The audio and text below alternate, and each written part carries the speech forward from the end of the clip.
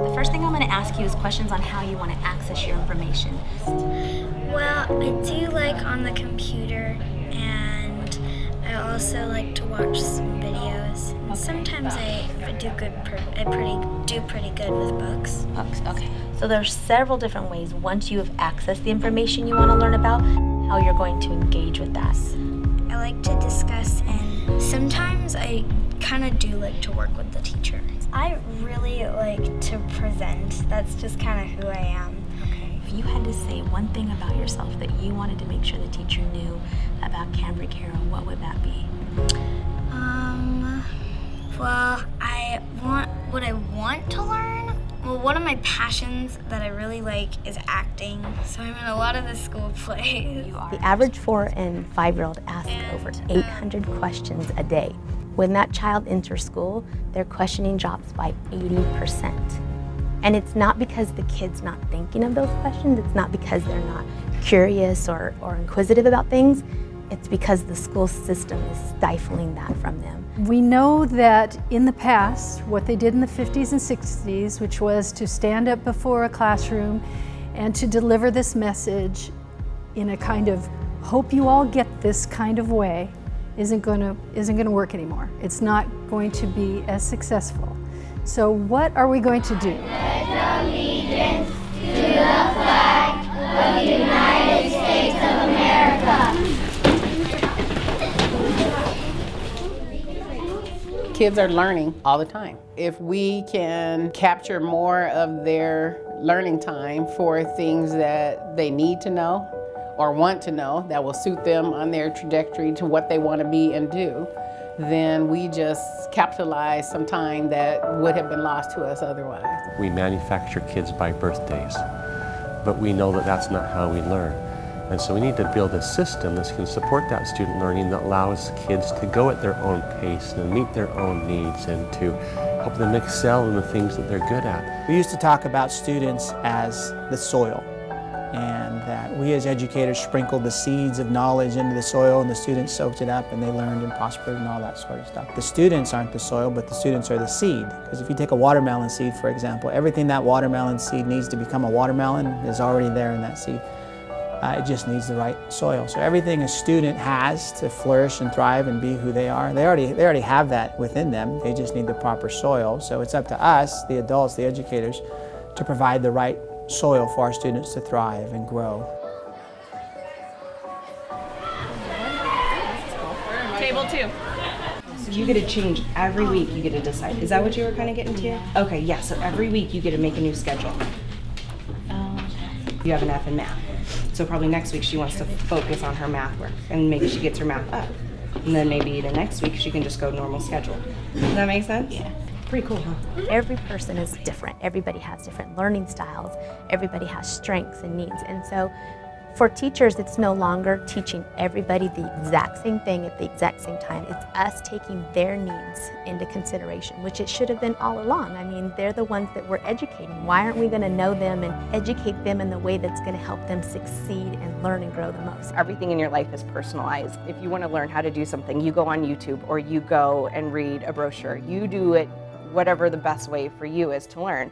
So why aren't we doing that in our schools? I think the power behind personalization is it moves us. It ignites us, it inspires us. John Hattie is a researcher. He takes thousands of studies and he compiles them together. And he talks about students leading their own learning as having the highest effect size for achievement. And so isn't this just a manifestation of all of that research coming together and saying, personalization in the classroom truly does impact achievement, and we have evidence and validation of that research right here in Riverside. This makes sense.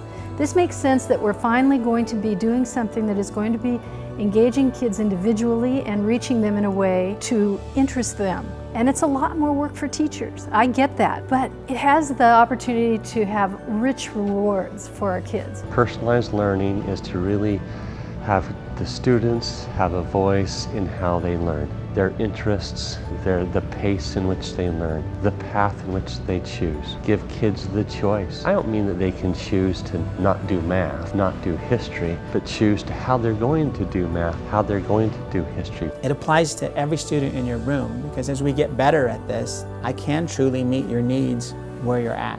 And I can do so in such a way. Technology is going to help me leverage that. Flexible environments is going to help me create a learning space to where I can interact with you in a small group setting if I need through some of the blended environments. Now the difference is the learners, they choose the how.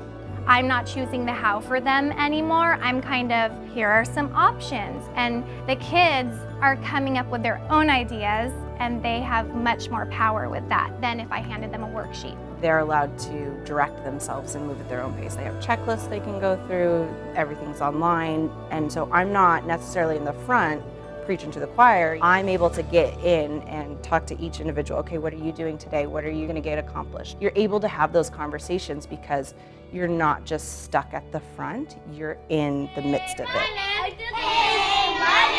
Why is that the answer? Because 3 minus 2 equals 1.